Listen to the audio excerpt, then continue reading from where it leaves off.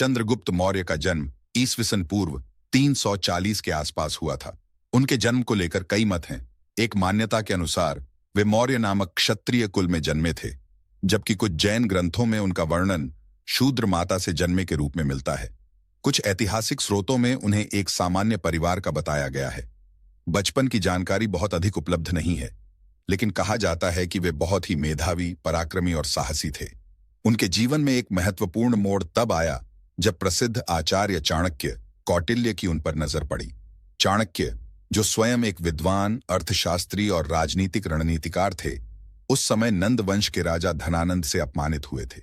उन्होंने प्रण लिया कि वे धनानंद का पतन करेंगे और एक योग्य राजा को गद्दी पर बैठाएंगे। कहा जाता है कि चाणक्य ने चंद्रगुप्त की नेतृत्व क्षमता और प्रतिभा को पहचाना और उन्हें अपनी शरण में ले लिया।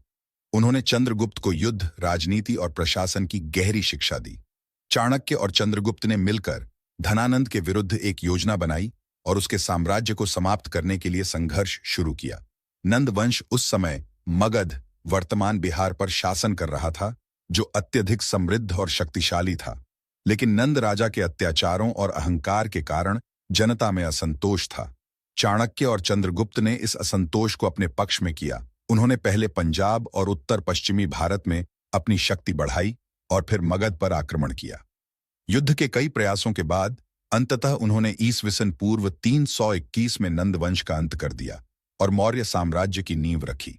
चंद्रगुप्त अब मगध के सम्राट बन चुके थे और चाणक्य उनके प्रधानमंत्री बने। सिकंदर महान के भारत आक्रमण के बाद उसका सेनापति सेल्यूकस निकेटर, सेल्यूकस आई निकाटर ने उत्तर पश्चिम भारत पर अधिकार करने की कोशिश की, लेकिन चंद्रगुप्त मौर्य ने उसे कड़े संघर्ष में हराया।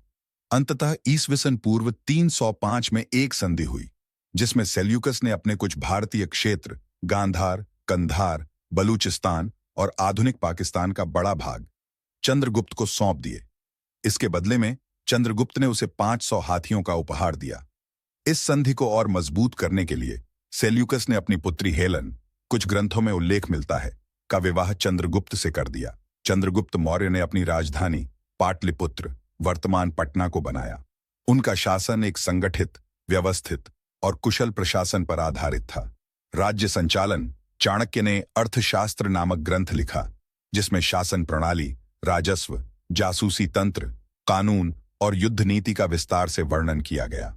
कर प्रणाली, मौर्य प्रशासन में कर वसूली का सख्त प्रबंधन था, जिससे राज्य की आर्थिक स्थिति मजबूत बनी। सैन्य शक्ति, चंद्रगुप्त की विशाल सेना थी, जिसमें 60 लाख पैदल सैनिक, 30,000 अश्वारोही और 9,000 हाथी थे।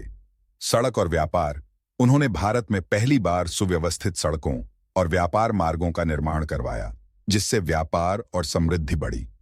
धार्मिक सहिष्णुता, मौर्य शासन हिंदू, जैन और बौद्ध धर्म को समान रूप से समर्थन देता था।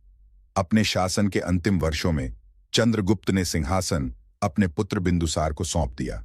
इसके बाद वे जैन धर्म की ओर आकर्षित हो गए।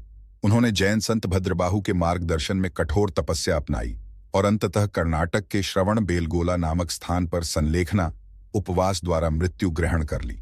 ईस्वीसन पूर्व 297 में चंद्रगुप्त मौर्य का देहांत हुआ। चंद्रगुप्त मौर्य भारतीय इतिहास के सबसे महान शासकों में से एक थे। उन्होंने भारत को एक संगठित और शक्तिशाली राष्ट्र के रूप में स्थापित किया, जो उनकी मृत्यु के बाद भी कई वर्षों तक स्थिर रहा।